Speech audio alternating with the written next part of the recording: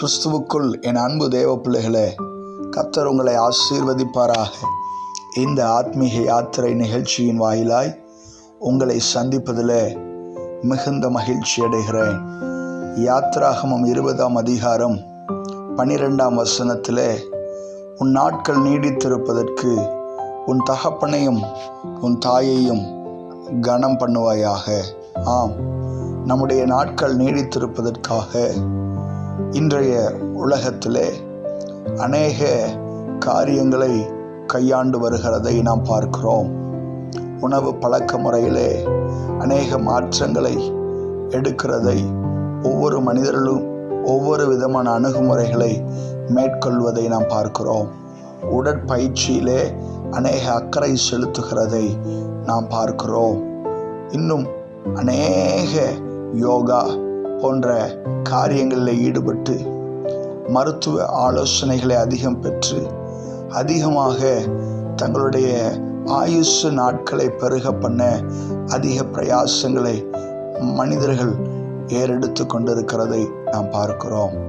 என் அன்பு தேவ பிள்ளைகளே, வேதம் நமக்கு என்ன அறிவுரை கூறுகிறது? நம்முடைய நாட்கள் நீடித்திருப்பதற்கு நாம் என்ன செய்ய வேண்டும் என்று வேதம் நமக்கு கற்றுக் கொடுக்கிறது என்று நாம் பார்ப்போமாயின், வேதம் நமக்கு கற்றுக் கொடுக்கிற ஒரு காரியம், நம்முடைய பெற்றோர்களை கனம் பண்ண வேண்டும். ஆம், நம்முடைய தாயையும் நம்முடைய தகப்பனையும் கனம் பண்ணும்போது நம்முடைய நாட்கள் நீடித்திருப்பதற்கு வழி உண்டு என்று வேதம் சொல்லுகிறது. இன்றைய தலைமுறையினர் பெற்றோர்களை கனப்படுத்துவது சற்று குறைந்தே காணப்படுகிறது. இன்றே இந்த சத்தத்தை கேட்டுக்கொண்டிருக்கிற நீங்கள் பிள்ளைகளே, உங்கள் பெற்றோருக்கு கர்த்தருக்குள் கீழ்ப்படியுங்கள், இது நியாயம். ஆகவே உங்களுடைய பெற்றோருக்கு கர்த்தருக்குள் கீழ்ப்படிய பிரயாசப்படுங்கள். நிச்சயமாக கர்த்தர் உங்களை ஆசீர்வதிப்பாராக. ஒரு நாள் ஒரு மகனை நான் பார்த்தேன். என்னுடைய தகப்பனார் என்னை பாவம் செய்யும்படியாக வற்புறுத்துகிறார்கள்.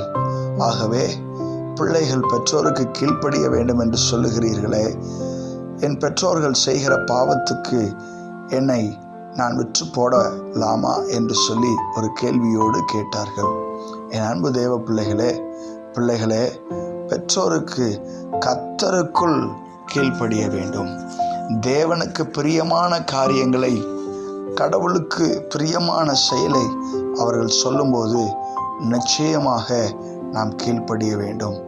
தேவன் விரும்பாத பாவ செயலுக்கு நாம் ஒத்துப்போவதை தேவன் விரும்பவில்லை. ஆகவே கர்த்தருக்கேற்ற சிச்சையிலே நடத்துகிற பெற்றோருக்கு கீழ்ப்படிந்து நடங்கள்.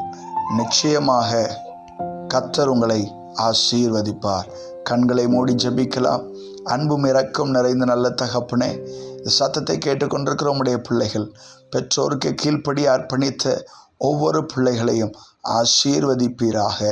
பலப்படுத்தும் ஆரோக்கியத்தை, சுகத்தை கட்டளையிடப் போகிறதுக்காக ஸ்தோத்திரம்.